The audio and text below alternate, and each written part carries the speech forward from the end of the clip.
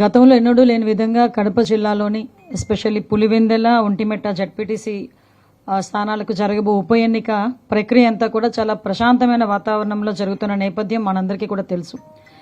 అయితే ఇక్కడ ఏదో దారుణాలు జరిగిపోతున్నాయి, చాలా విధ్వంసాలు జరిగిపోతున్నాయి అని చెప్పి విలువల గురించి, ప్రజాస్వామ్యం గురించి మాజీ ముఖ్యమంత్రి నా పులివెందుల ఎమ్మెల్యే గారు మాట్లాడడం చూస్తూ ఉంటే నిజంగా విడ్డూరంగా అనిపిస్తుంటుంది.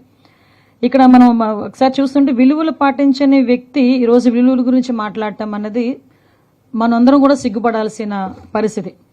అదేవిధంగా ఈరోజు ఎస్పెషల్లీ చెప్పాలంటే పులివెందుల ప్రజలకి నిజమైన ప్రజాస్వామ్యం అంటే ఏంటో కూటమి పాలనలో ఈరోజు ఈ జడ్పీటీసీ ఎలక్షన్ నేపథ్యంలో పులివెందుల ప్రజలు కూడా ప్రజాస్వామ్యం అంటే ఇదా, ఇలా నామినేషన్లు వేస్తారా, ఇలా ఓట్ల ఎలక్షన్స్లో పాలు పంచుకుంటారా, ఇలా ఈరోజు ప్రచారాలు చేస్తారా అన్న విషయం అయితే చాలా క్లియర్గా అర్థమయ్యే పరిస్థితి ఈరోజు కనిపిస్తూ ఉంది.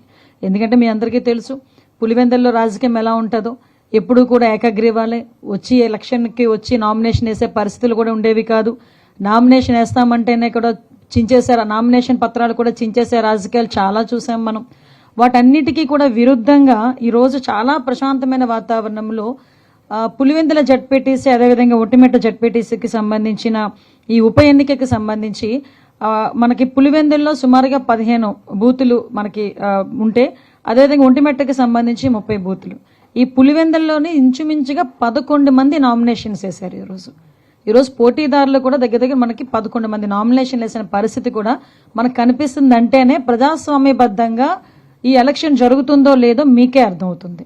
అయితే ఈరోజు ఇంతకు ముందు వరకు మనకి జడ్పీటీసీ ఎలక్షన్స్ కానీ, పులివెందుల ఎంపీటీసీలు కానీ, ఎంపీపీలు కానీ 95% ప్రెసిడెంట్ ఎలక్షన్స్ కూడా యునానిమస్గా అయిపోయే పరిస్థితి. అదేదో అభిమానంతోనో లేకపోతే మీరంటే ఏదో రక్తం చేతులు ఏదో కోసేసుకున్న పరిస్థితులు కాదండి.